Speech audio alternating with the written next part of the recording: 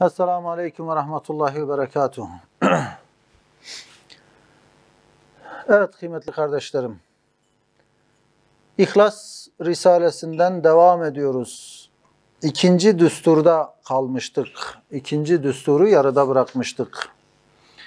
İhlasın mahiyetinden söz ettik ve şu zamanda ihlasa neden ihtiyacımız olduğunu anlatmıştık. Düşmanların her taraftan saldırdığı, bid'aların, haramların her taraftan saldırdığı ve bizlerin de son derece zayıf, az bir vaziyetteyken omzumuza hizmet-i Kur'aniye, hizmet-i imaniye gibi bir vazifenin konulduğunu lütfu ilahi tarafından söyledik. Böyle bir vazifeyi yüklenmek için, hakkıyla yüklenebilmek için en çok ihtiyaç duyacağımız şey İhlastır demiştik ve ihlası kazanmanın, muhafaza etmenin ve manilerini def etmenin düsturlarını konuşuyorduk. Birinci düsturda amelinizde rıza ilahi olmalı demiştik. Eğer o razı olsa bütün dünya küsse ehemmiyeti yok. O kabul etse bütün halk reddetse tesiri yok demiştik. Bütün ameller değil başka bir gaye için, sadece onu razı etmek için olacak.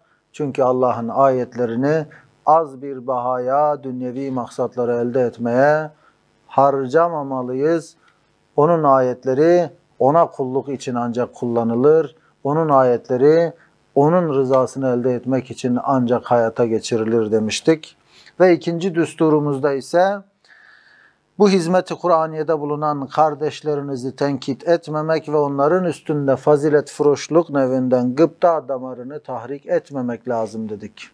Evet, tenkit parmağıyla çoğu zaman İslam alemi karışır. Çoğu zaman milletler, Müslüman toplulukları arasına fitne, fesat karışır. Sürekli eleştirmekten dolayı o kardeşliği hakiki manada tesis edemiyoruz. Eleştirmeyi seviyoruz. Kusur araştırmayı seviyoruz. Dolayısıyla ihlasımız zedeleniyor. İhlas kaçınca da elbette ki o vahdet, o özlediğimiz, beklediğimiz vahdet uzaklaşıyor. O yüzden müminlerin bir vücut gibi olduğunu, bir vücudun azaları nasıl birbirinin aleyhine değil, tam tersi birbirinin muavenetine koşuyorsa, müminlerin de birbirinin aleyhine, birbirinin işini engellemeye dönük hareket etmemesi gerektiğini, birbirinin eksiğini tamamlaması gerektiğini söyledik. Veya bir fabrikanın çarkları gibi, bir fabrikada esas maksat bir ürünü ortaya koymaksa eğer, o ürün ortaya çıkacak diye o fabrikanın o birbirinden farklı belki sayısız dişlisi, çarkı, aleti hepsi birbirine mani olmadan, birbirine tahakküm etmeden o ürünün ortaya çıkması için birbirinin imdadına koşuyorsa bizler de aynen böyle ahiret saadetine, ebedi saadeti netice verecek şu dünya fabrikasında iman hizmetinin hademeleri hükmündeyiz. O zaman o ürünün yani ebedi saadetin ortaya çıkabilmesi için birbirimizle didişmek değil, birbirimizin noksanını ikmal etmek, birbirimizin imdadına koşmak, yardımına koşmak gerektiğini bilmemiz lazım demiştik.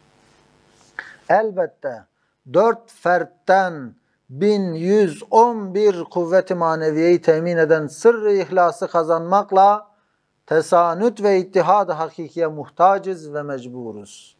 4 eliften, 4 fertten yani 4 tane bir yan yana geldiğinde, sırt sırta geldiğinde 1111 eder. Dağınık vaziyetteyken 4 ederler. Dolayısıyla 4 fertten 1111 kuvvetini temin eden sırrı ihlastır. O sırrı ihlası kazanmakla tesanüt ve ittihad-ı hakikiye muhtacız. O dayanışmaya muhtacız.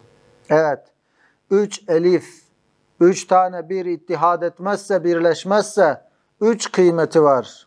Sırrı adediyet ile ittihad etse 111 kıymet alır. 4 kere 4 ayrı ayrı olsa 16 kıymeti var. Eğer sırrı uhuvvet ve ittihad-ı maksat ve ittifak-ı vazife ile tevafuk edip bir çizgi üstünde omuz omuza verseler o vakit 4444 kuvvetinde ve kıymetinde olduğu gibi. Evet. Sırrı uhuvvet ile o 4 tane 4 hepsi birbirinin benzeridir. Sırrı uhuvvet ile yan yana gelse omuz omuza verseler. İttihad-ı maksat yapsalar ve aynı çizgi üstünde omuz omuza verseler. Burada çizgi de önemli, istikamet de önemli. Aynı çizgi üzerinde olacak. Aynı istikamet üzerine yan yana gelince, omuz omuza verince kıymet artıyor. Çizgi, istikamet düzgün olmadığı zaman, aynı çizgi üzerinde bir araya gelinmediği zaman yine dağınıklıktır, yine birbirinden ayrı 4 eder, en fazla 16 eder.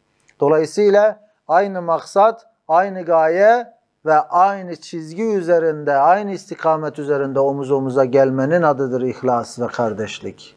İşte o zaman 4 tane 4, 4444 eder. İşte bunun gibi hakiki sırrı ihlas ile 16 fedakar kardeşlerin kıymet ve kuvvet-i maneviyesi 4000'den geçtiğine pek çok vukuat-ı tarihiye şehadet ediyorlar. Yani 16 kardeşin, 16 tane müminin, 10 tane müminin, 100 tane müminin sırrı ihlas ile birbirinin yardımına gelmesi, omuz omuza vermesinin ne kadar büyük neticeler verdiğine tarih şahittir. Nice az olanların ne büyük işler çıkardığını tarih gözlerimizin önüne seriyor. Evet, peki nedir bunun sırrı? Bu sırrın sırrı şudur ki, hakiki, samimi bir ittifakta her bir fert, sair kardeşlerinin, diğer kardeşlerinin gözüyle de bakabilir ve kulaklarıyla da işitebilir. Yani 10 kişi bir araya gelmişse her birisi 20 gözle olaya bakıyor demektir. Her birisi 20 kulakla dinliyor demektir. Her birisi 10 akılla düşünüyor demektir. Evet. Dolayısıyla o azlık ihlasın sırrıyla, o ihlasla bir araya gelmenin sırrıyla o azlık nasıl çokluğa dönüşür, nasıl çok kişilerin yapacağı işleri netice verdirir, tarih buna şahittir. Evet. 3. düstur. Bütün kuvvetinizi ihlasta ve hakta bilmelisiniz. En başta ihlasın özelliklerini sayarken ne diyordu üstad? İhlas bu dünyada hususen uhrevi hizmetlerde en mühim bir esas, en büyük bir kuvvet. En büyük bir kuvvet, en makbul bir şefaatçi, en metin bir noktayı isnat diye devam ediyordum. Demek ki en büyük kuvvet ihlastadır. İşte 3. düstur, bütün kuvvetinizi ihlasta ve hakta bilmelisiniz. Evet, kuvvet haktadır ve ihlastadır. Haksızlar dahi haksızlıkları içinde gösterdikleri ihlas ve samimiyet yüzünden kuvvet kazanıyorlar. Evet, kuvvet ihlastadır ve haktadır.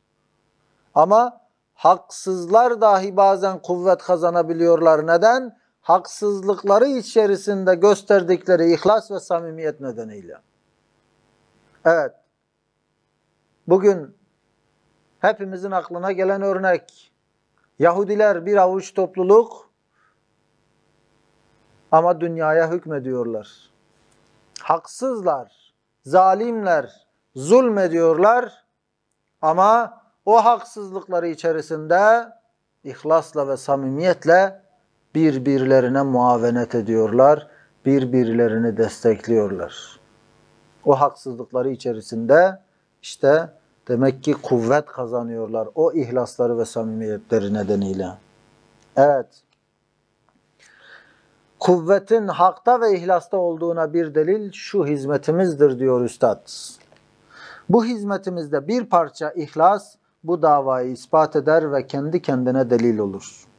Çünkü 20 seneden fazla kendi memleketimde ve İstanbul'da ettiğimiz hizmet-i ilmiye ve diniyeye mukabil burada sizinle 7-8 senede 100 derece fazla edildi. Evet, Üstad memleketindeydi. Doğudayken etrafında çok sayıda talebesi vardı. İstanbul'dayken yine etrafında çok kişiler vardı. Ama Barla'da, Isparta'da, Kastamonu'da o etrafındaki talebelerindeki ihlas öyle bir ihlas ki düşünün gece gündüz yaz diyor Üstad yazılıyor. Bildikleri tek şey neyse o hakikatlere herkesin muhtaç olduğunu bilerek gece gündüz yazıyorlar. Eşleri hatta öyle bir ihlas var ki üstada gelip diyorlar ki erkeklerin yapacağı işleri de biz yapalım, sürekli yazsınlar. Bu hizmeti yerine getirsinler. Dolayısıyla üstad o talebelerinde gördüğü o ihlasın neticesini örnek veriyor. Yani 20 seneden fazla kendi memleketimde ve İstanbul'da ettiğimiz hizmet-i ilmiye ve diniyeye mukabil orada da o hizmet edilmiş, o dini hizmet, ilmi hizmet verilmiş kendi memleketinde veya İstanbul'da.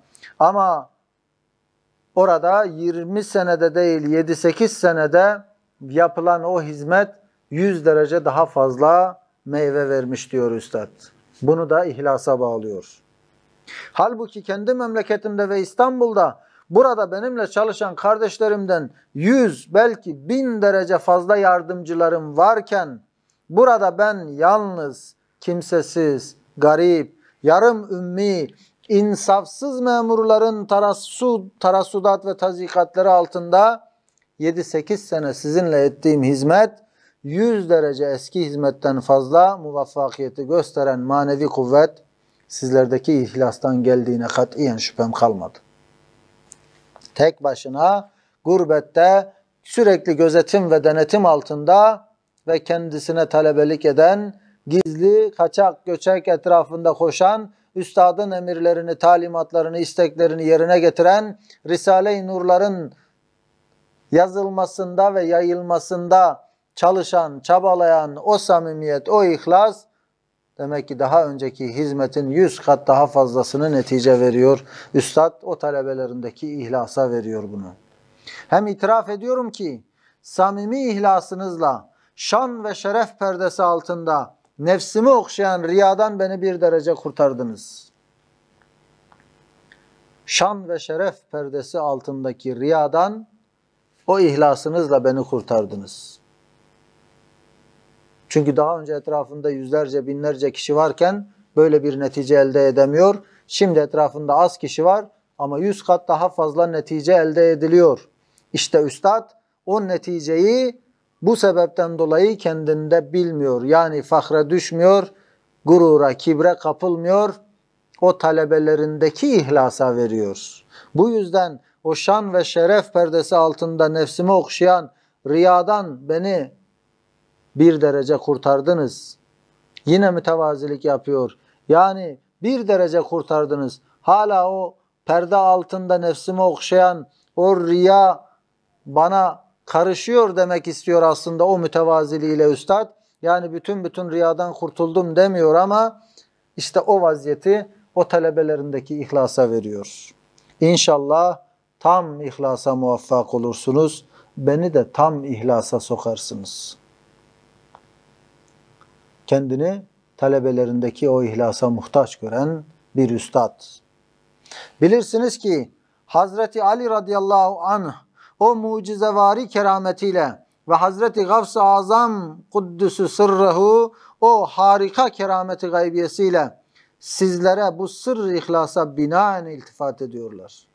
Evet, Hazreti Ali'nin Celcelutiyesinde veya Gavs-ı Azam'ın eserinde Risale-i Nur talebelerine, üstadın o döneminde yapılan o hizmetlere, o Kur'an'ın etrafındaki surlar dağılmışken Kur'an'a edilen bu hizmete atıfta bulunuyor. Hazreti Ali'nin bu hizmeti Kur'aniye işaret ettiği bazı ifadeleri, cümleleri var, beyitleri var. Gavs-ı Azam'ın Şeyh Abdülkadir Geylani'nin kerameti var. Haber veriyor işte. Demek ki o iltifatları, o övgüleri, yani o vakte işaret eden o övgüleri işte bu sırra binaen diyor. Bu sırra binaendir. Ve himayetkarane teselli verip hizmetinizi manen alkışlıyorlar. Manevi canipten adeta himaye ediyorlar Hazreti Ali radıyallahu anh, Şeyh Abdülkadir Geylani. Onların o manevi, o himayetkarane tesellileri, adeta dara düştüklerinde, sıkıntıya düştüklerinde kendilerine teselli verici o ifadeler, o cümleler bir nevi o ifadelerle o hizmeti manen alkışlıyorlar diyor Üstad. Evet, hiç şüphe etmeyiniz ki bu teveccühleri ihlasa binaen gelir. İhlasa binaen gelir. Eğer bilerek bu ihlası kırsanız onların tokadını yersiniz. Ki 10. lemadaki şefkat tokatlarını tahattür ediniz, hatırlayınız diyor. Yani ihlastan ödün verince, başka hesaplar, başka gayeler kalbe bulaşınca nasıl tokatlar yendiğine dair birbirinden güzel örnekler veriyor Üstad. İşte burada da aynı şekilde bilerek ihlas kırılırsa, yani rıza ilahiden başka maksatlar, gayeler insanın kalbine yerleşirse, işte tokat yiyeceğine dair ifadesi var Üstadın. Böyle manevi kahramanları arkanızda zahir, başınızda üstad bulmak isterseniz ve yusirun ala enfusihim, onları kendi nefislerine tercih ederler sırrıyla ihlası tammı kazanınız. İşte böyle büyük zatların zahir olmasını, arkamızda zahir olmasını istiyorsak, başımızda onların o nasihatlerini, onların o tavsiyelerini kendimize üstad edinmek istiyorsak, o zaman bir müminin kardeşlerini kendi nefsine tercih etmesi lazım. Kardeşlerini kendi nefslerine tercih etmek sırrıyla ihlası tammı kazanabiliriz. İşte ihlası tammın, hani başta da dedi ya, inşallah tam ihlasa muvaffak olursunuz, beni de tam ihlasa sokarsınız. Demek ki tam ihlası elde etmenin göstergesi neymiş? Başkalarını kendi nefsine tercih etmek. Şan ve şerefte kardeşini kendine tercih etmek. Makam ve mevkide kardeşini kendi nefsine tercih etmek. Maddi ve manevi her türlü kazançta kardeşine öncelik vermek. O önde olsun. Bu hayır onun olsun diyebilmek. Onu dinleyenler daha fazla olsun. Benim nefsime karışmasın. Benim nefsime riyakarlık girmesin. Dolayısıyla ihlas-ı tammı kazandığımızın en önemli kanıtlarından birisi işte kardeşlerimizi kendimize tercih etmektir. Kardeşlerinizin nefislerini nefsinize şerefte, makamda, teveccühte, hatta menfaat-ı maddiye gibi nefsin hoşuna giden şeylerde tercih ediniz. İşte kardeşimi neyde kendime tercih edeceğim? Sorunun cevabı dediğimiz gibi şerefte. Şeref onun olsun. Evet. Öncü olma şerefi onun olsun. İlk yapma şerefi onun olsun. Bir etkinlik düzenlenecek, o etkinliği yapma şerefi onun olsun. Elbette o etkinlik yapılması gerekiyorsa, o iş, o fiil yapılması gerekiyorsa herkes yapacak. Ancak birinin yapması yetiyorsa belki de başkalarına o önceliği tanıyabilmek, başkaları öne atılsın, o şeref ona ait olsun diyebilmek, kardeşini kendi nefsine tercih etmek. Yine makamda kendi nefsine tercih etmek. Bir makam elde edilecekse bir hizmetin neticesinde önceliği yine ona vermek, teveccühte. Yani insanlar beni daha çok dinlesinler. Diğerini daha fazla dinliyor ve seviyorlarsa, içten içe bir haset varsa, ihlası kaybetmişiz demektir. Teveccühte de onları tercih edeceğiz. Ne güzel, hamdolsun. Hakkı söylüyor ve insanlar onu dinliyor. Demek ki bende eksiklik var. Veya illa eksiklik olduğu anlamına da gelmez. Çünkü nice peygamberler konuşmuşlar, hakkı anlatmışlar. Etrafında çok az kişi toplanmış. Bazı peygamberlerin etrafında da çok kişi toplanmış. Bu onların ihlassız olduğu anlamına gelmez elbette. Çokluk veya azlık meselesi değil. Ama o anlamda teveccühte insanın nefsi teveccühü ister ama işte o nefsi kırmanın bir yolu da o teveccühte kardeşlerini öncelemektir. Gelecekse bir teveccüh benden önce kardeşime gelsin. Ben evet o teveccühü istemiyorum, arzulamıyorum. Rabbimin teveccühü yeterlidir ama kulların da teveccühü gelecekse kardeşime gelsin, bana değil. Hatta menfaati maddiyede, maddi bir menfaatte bile kardeşini öncelemek. İşte bu gibi şeylerde kardeşleri tercih etmekle insan o tam ihlası elde edebilir. Hatta en latif ve güzel bir hakikat imaniyeyi muhtaç bir mümine bildirmek ki en masumane, zararsız bir menfaattir. Mümkünse nefsinize bir hodgamlık gelmemek için istemeyen bir arkadaş ile yaptırması hoşunuza gitsin. Bir imani hakikati, bir bilgiyi, güzel bir sohbeti, bir nasihati, evet, muhtaç bir mümine birilerine anlatmak, elbette herkes ister. En zararsız, masumane bir menfaattir. Bu hakikati ben anlatayım. Onun hidayetine ben vesile olayım.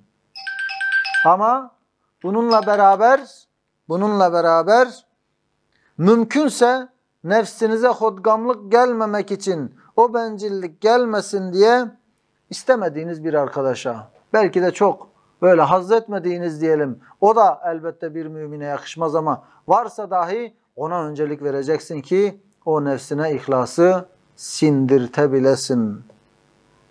Eğer ben sevap kazanayım, bu güzel meseleyi ben söyleyeyim arzunuz varsa, her ne kadar onda bir günah zararı yoktur. Fakat mabeyninizdeki sırrı ihlas zarar görebilir.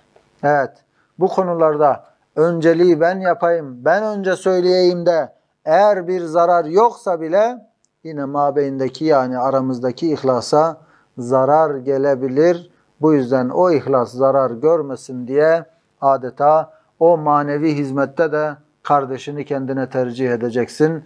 Önceliği gerekirse ona vereceksin. Dördüncü düstur. Kardeşlerinizin meziyetlerini şahıslarınızda ve faziletlerini kendinizde tasavvur edip onların şerefleriyle şakirane iftihar etmektir. İhlası kazanmanın ve muhafaza etmenin en etkili düsturlarından birisi de budur dostlar. Kardeşlerin meziyetlerini şahıslarınızda görün. Onda bir güzellik, bir maharet, bir beceri varsa adeta sizdeymiş gibi sevinmek. Faziletlerini kendinizde tasavvur etmek. Bir fazileti var sanki sendeymiş gibi sevinmek, mutlu olmak. Onların şerefleriyle şakirane iftihar etmek. Bir şeref elde etti, bir şeyi başardı, güzel bir hizmet etti. İşte onların o şerefiyle iftihar etmek. Ehli tasavvufun mabeyninde fena fi'ş-şeyh yani şeyhte fena olma, fena fi'r-resul istilahatı var. Ben sofi değilim diyor üstad. Fakat onların bu düsturu bizim meslekte fena fil-ihvan suretinde güzel bir düsturdur. Kardeşte tefani olma, kardeşte yok olma. O kardeşlik havuzuna benliğini atıp benlikten, bencillikten vazgeçebilmek. Kardeşim diyebilmek. Ben demekten vazgeçip o diyebilmek. Önce kardeşim diyebilmek. Kardeşler arasında buna tefani denilir. Yani birbirinde fani olmaktır. Yani kendi hissiyat-ı nefsaniyesini unutup kardeşlerinin meziyat ve hissiyatıyla, onların meziyetleri ve hissiyatlarıyla fikren yaşamaktır. Onların meziyetlerini kendi meziyetiymiş gibi, onların şan ve şerefi kendi şan ve şerefiymiş gibi lezzet almak, sevinmek, mutlu olmak. Zaten mesleğimizin esası da uhuvvettir. Peder ile evlat, şeyh ile mürit mabeynindeki arasındaki vasıta değildir. Belki hakiki kardeşlik vasıtalarıdır. Olsa olsa bir üstatlık araya girer, ortaya girer. Mesleğimiz haliliye olduğu için meşrebimiz hillettir. Hillet ise en yakın dost ve en fedakar arkadaş ve en güzel takdir edici yoldaş ve en civan mert kardeş olmayı iktiza eder. Mesleğimiz işte dostluktur. O da neyi gerektirir? En fedakar arkadaş olmayı, takdir edici yoldaş olmayı, civan mert bir kardeş olmayı gerektirir. Bu hilletin üssül esası samimi ihlastır. Bunu elde edebilmek işte üssül esası samimi ihlastır. Samimi ihlası kıran adam bu hilletin gayet yüksek kulesinin başından sukut eder, düşer. Evet, o dostluğun o yüksek kulesinin başından aşağıya düşer ihlası kıran adam. Gayet derin bir çukura düşmek ihtimali var. Ortada tutunacak yer bulamaz. Evet dostlar, yol iki görünüyor.